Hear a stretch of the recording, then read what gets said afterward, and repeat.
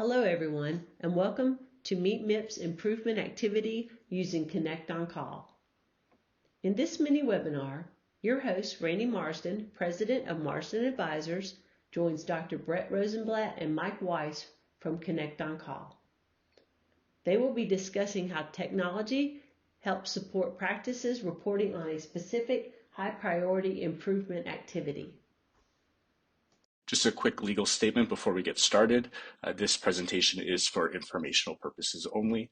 These rules are constantly changing, and as you'll see in today's presentation, some things are still pending, so keep in mind and we'll notify you as we go along what is still pending and what has been finalized. Now, like I mentioned at the start of this, ConnectOnCall is a great program that a lot of our customers are using, and their technology actually helps support a very common improvement activity that I think a majority of you on the call probably already do, which is the providing 24/7 access to MIPS eligible clinicians or group who have real-time access to patient's medical record. So this is a high priority activity. So if you're in a large practice, you would just need to find one other high priority activity that you can do. Or if you're in a small practice, rural health professional shortage area, or non-patient facing, this would completely satisfy the category. And this may already be something that you're doing. Keep in mind the description and the data validation criteria we'll be covering on today's call are based on last year, 2022's requirements, because the 2023 information is not yet available. But once it is available, I would check it just to confirm it hasn't changed. We don't really expect any changes because we didn't see anything highlighted or notated in the final rule. The description here is to provide 24/7 access to MIPS eligible clinicians, groups, or care team for advice about urgent care. For example, this could include the MIPS eligible clinician and care team access to medical record, cross coverage with access to medical record, or protocol driven nurse line with access to medical record. It could include one or more of the following. So you could either have expanded access in the evenings and weekends with access to patient medical record. So for example, you could coordinate with small practices to provide alternate hour office visits and urgent care. So we see this a lot in smaller areas or with smaller practices that all work together and have their own on-call schedule. So you can definitely do that as long as there's access to the patient medical record. Use of alternative visits to increase access to the care team by MIPS eligible clinicians and groups, such as e-visits, phone visits, group visits, home visits, and alternative locations, such as senior centers and assisted living centers. So this is usually like one of the most common ones that we see and that we usually get proof of, and that's a doctor going on a call with a patient, over the phone. We're now starting to see some telehealth pop up, or maybe the doctor goes to visit them in the senior center, assisted living center. So, anything that's not that standard approach of care that you have where a patient's coming into your office during normal office hours. Or it could also be provision of same day or next day access to a MIPS eligible clinician group or care team member when needed for urgent care or transition management. So if you get a call, it's an emergency, you say come in, first thing in the morning, those scenarios count as well. I'm now going to hand it off to Dr. Rosenblatt from ConnectOnCall, who's going to show you a brief demo of their product, which not only helps meet this requirement, but it does a lot of other great things that a typical after-hours phone system is not going to be able to do. So take it away, Dr. Rosenblatt. Thanks, Randy. I appreciate the introduction, and I appreciate the time you're giving me to talk about ConnectOnCall. I have a brief slide deck that will demonstrate some of the high-level features, as well as how ConnectOnCall perfectly supports that MIPS 24/7 access to clinicians for advice in urgent care. I also hope to show that we do a lot more to make after-hours care more convenient and efficient for everyone. So along with two of my partners, Vince DeRamo and David Ree, we created ConnectOnCall about 10 years ago, primarily to address the problems that our practice, a relatively busy retina practice, was dealing with. And many of these issues will be familiar to you or anybody that is involved with the practice that covers calls. So one of the things our doctors and patients, as well as our staff, were frustrated with the poor communication and lack of documentation. For instance, a patient would show up in the morning being told to be there by the on-call doctor, but the staff wouldn't know anything about it. It would create a lot of inefficiencies for our office. And as many of us know, with traditional answering services, often you would get the wrong callback information. You'd often miss calls. Sometimes you couldn't call a patient back with your phone number blocked, so you had to display your personal phone number to the patient. In addition, we had just started with MDI. Now it's IntelliChart Pro with Nextech. But at that point, we were frustrated that the information that was entered in the chart during the day wasn't available to us when we were on call speaking to a patient. And then that information wasn't getting back into the chart after we spoke to them. So we went about creating ConnectOnCall to solve these problems and many more. And over the years, we've grown. We have about 450, probably closer to 500 practices now that take call with us every night. So we deal with a lot of messages, a lot of patients, and we support practices of all different sizes, specialties, and ways of taking call. So let me show you how it works on a high level. This is an overview, but I think it'll give you a sense of what's happening if you were to use ConnectOnCall. So just like with traditional answering services, you'll forward your phones after hours or on the weekend, or if you're on a lunch break practice meeting, or even for overflow calls. You'll have a completely custom greeting that plays for the caller, and will make the greeting work for your practice. You can even change the greeting whenever you want. And then we'll ask the caller a series of questions to make sure we direct them properly. And this is just a typical layout, but we will ask if you're calling from a doctor's office or hospital, or if you're calling as a patient or for a patient. And then once that decision is made, the caller will indicate whether it's a non-urgent or an urgent call. We've made the system very convenient, so callers get through this call tree very quickly. Now, an urgent call will notify the on-call doctor, and we have a very reliable way to make sure that the right doctor gets notified in the way they want to be notified. And I'll show you in a slide or two, how the notification methods work. And if someone leaves a non-urgent message, we'll never notify the on-call doctor, but we will include the non-urgent as well as the urgent messages into a detailed daily documentation report, which I'll also show you in a few slides. The messages and their documentation will go back into your EHR chart automatically. And as you'll see in a moment, the integration with EHR also benefits the doctor because when they're handling the call, they'll see the patient information, and the patients love it that the doctor's calling them back and already knows something about their history. So let me show you a little bit of a demonstration of what the doctor or provider on call will experience. In this case, you're seeing a screenshot of an iPhone, although we have native apps for both iPhones as well as Android devices. So a new message came in, and you'll see on my phone, you get a push notification. Just by tapping the notification, you'll get into the ConnectOnCall app, into the message that you need to handle.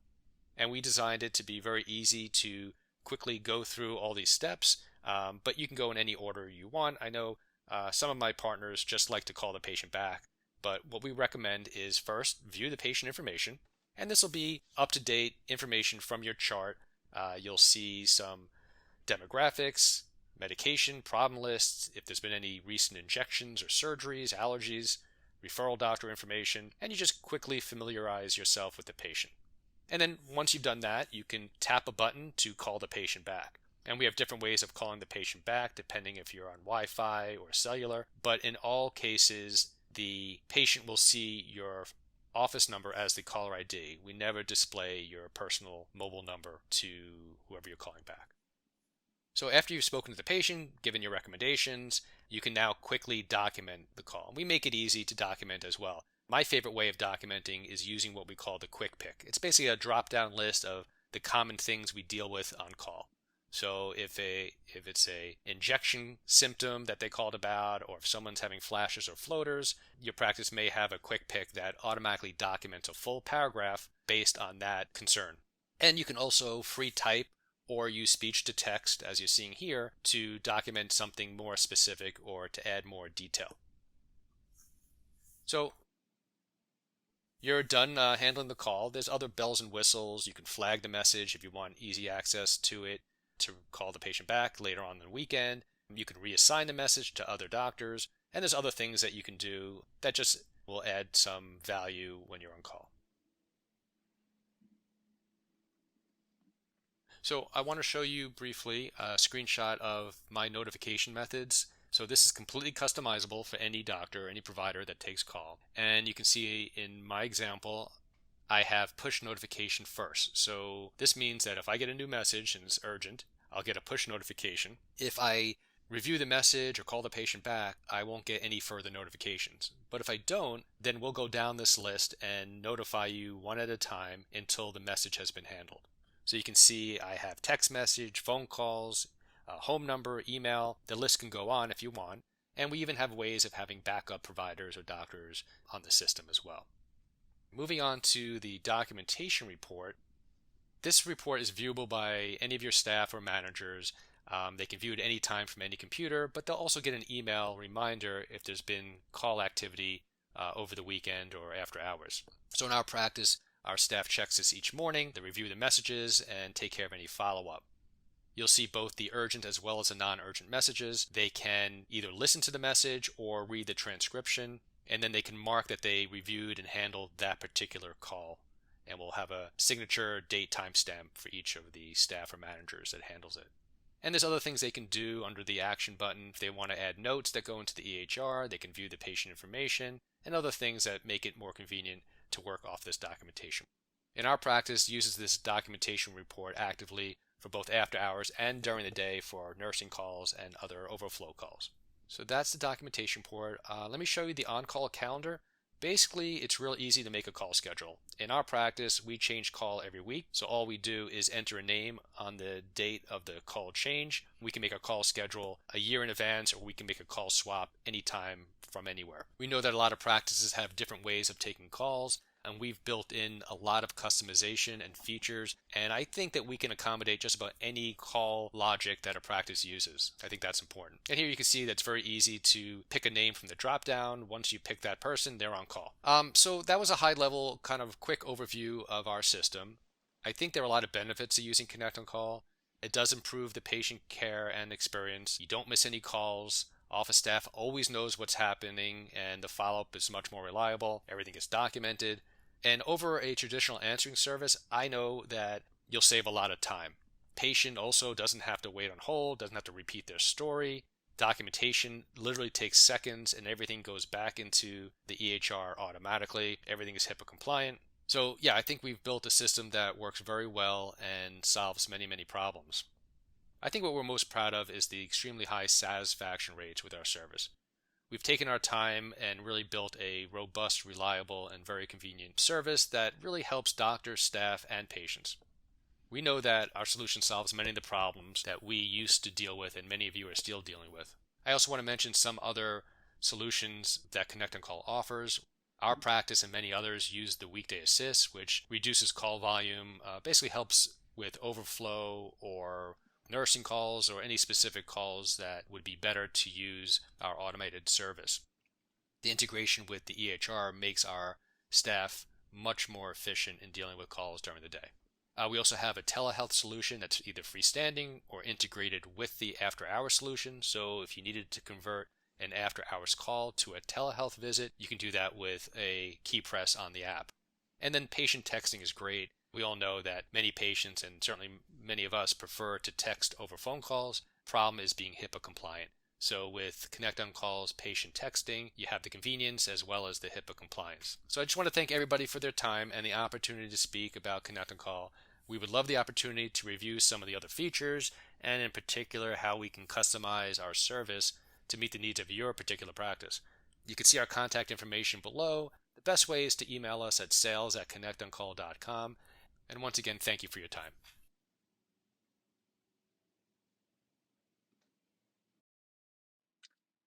Thanks, Dr. Rosenblatt. I definitely encourage all of you, if you haven't seen this in action or you haven't spoken with ConnectOnCall yet, definitely do. A lot of our customers use this when we request the proof of the improvement activity to put it in the e-binder and we get the ConnectOnCall report. Our client success managers are very happy because we know it has everything we need and it's coming from a reliable source and it can easily be exported out of that system.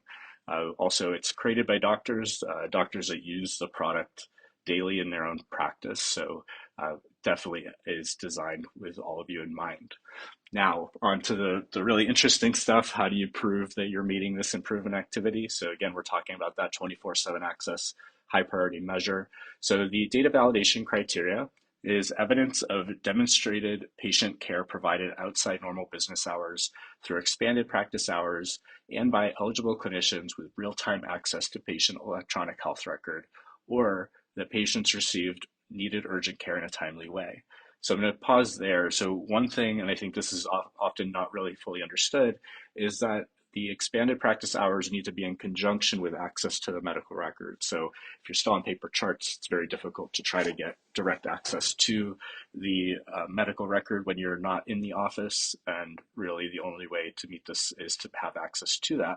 Not saying you need an EHR or you need something like ConnectOnCall to be able to do this, but it definitely limits your options for meeting this measure. Expanded business hours are defined as hours that are outside of a practice's standard business hours of operation. This is another point to keep in mind. So make sure you have somewhere in your office policy or office manual or anything standard or normal in your office that defines what your business hours are and what on-call hours are. And that you have an on-call schedule similar to what Rosenblatt showed. It doesn't have to be very fancy, but that calendar built into the system is also a great way to prove when you are off hours and who's responsible. In terms of the documentation, it needs to include either a patient record from the EHR. So this needs to be a patient record with a date and time stamp indicating that services were performed outside the practice's normal business hours.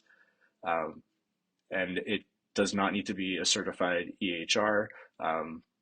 It can be pretty much any kind of secure way of documenting this. So if you were to put those notes into ConnectOnCall, and then those end up making their way over to the EHR, then you can definitely pick up the reporting from either side there.